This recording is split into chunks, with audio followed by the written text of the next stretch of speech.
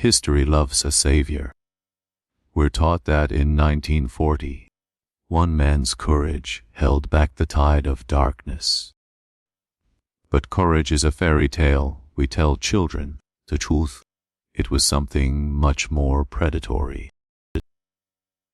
Winston Churchill didn't lead through hope.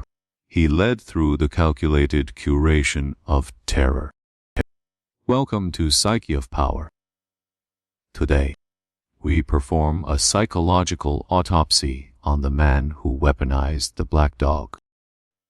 This is the story of fear, framing, and how a broken man used his own trauma to hijack the collective psyche of a nation. May 1940. The world was ending. France was falling. The British Army was trapped at Dunkirk. The cabinet was paralyzed. Lord Halifax wanted to negotiate with Hitler.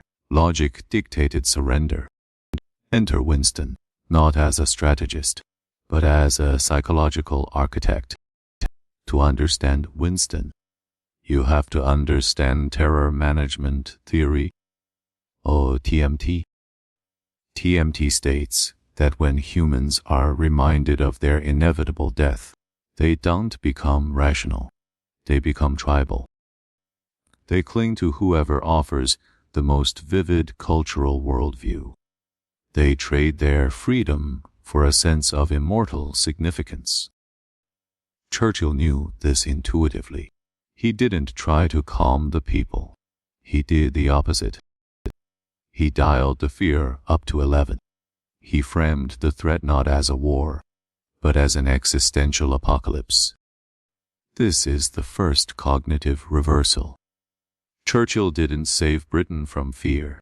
He used fear to save himself from political irrelevance. To understand why, we have to go back to the black dog. Winston was the ignored son of a brilliant, dying father who despised him. He spent his entire life trying to finish a conversation with a dead man who never believed in him. He suffered from what he called his black dog, deep, paralyzing clinical depression. Most see depression as a weakness. For Winston, it was a training ground.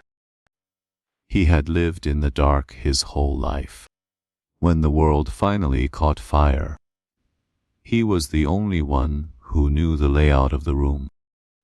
Psychologists call this the Zeigarnik effect, the brain's obsession with unfinished tasks. Winston's life was an unfinished task. He needed a catastrophe big enough to justify his existence. Hitler was a master of the big lie. Churchill was the master of the big truth, but framed as a nightmare. Churchill's speeches were designed to induce a specific psychological state, hyper-vigilant submission. He didn't say, "We will be safe." He said blood, toil, tears, and sweat. Why? Because pain is more real than comfort. In the grip of agony, we don't question the leader. We obey. Il est devenu un marquam Bulldog. Cigar. Chapeau disappoints d'ancrage. Pense aux expériences sur l'impocusant surprise. La grandie, Breton était paralysé. Les Nazis semblaient invincibles. Il a brisé le circuit, pas d'issue, just one fin glorious. Premier renversement. Sien Churchill a cadré la peur pour le peuple, mais aussi pour lui-même. Un narcissique de haut niveau selon les définitions cliniques. La nation la tête en miroir. S'il tombait, il la chauit. S'il tenait, il devenait immortel. Il per nate lost a ritatout en bouvant du Paul Roger par lighters. Pas de l'hypocrisie. Du carburant pour faire taire le chien noir. The grandiosity gap. Churchill filled that gap with the bodies of a global conflict. Remember Gallipoli, his greatest WE failure. thousands dead because of his ego. Most men would be crushed by that guilt. Churchill. He simply reframed it as a necessary rehearsal. Un complex du messie exigent en Gethsemane. 1948 sans jardin d'agony. Mataf de la psycholinguistique. Il utilisait one percussion monosyllabique. Nas patrons sur les plages. Sur les terrains d'aviation. Des mots courts qui frappent l'amygdale, pas le cortex préfrontal. Il a hypnotisé la nation dans l'un trans d'idée. Dissonance cognitive des on leur dit, que c'est leur heure la plus glorieuse. Ils turont dit les t pour vos donner raison. Il était sans propre fait. Il plairait dans écoutant ces discours. This is the feedback loop of power. He felt the people's fear, reshaped it into destiny, and fed it back to them. But what happens when the fear is gone? 1945. Victory. The nightmare was over, and so was Churchill's utility. Within weeks of winning the greatest war in history, the British people threw him out. Why? Because the fear frame only works in the dark.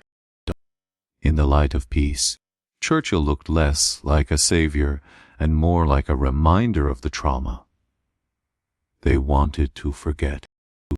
Churchill was the embodiment of the trauma itself. He was a war-time drug, and the nation was going into rehab. He was devastated. He felt the sting of ingratitude. But his psyche wouldn't allow a quiet exit. He had one more fear frame to build. The Iron Curtain speech.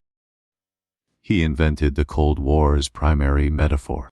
He created a new fear to replace the old one. He needed a world in conflict to remain Winston Churchill. Psychologists call this the need for cognitive closure.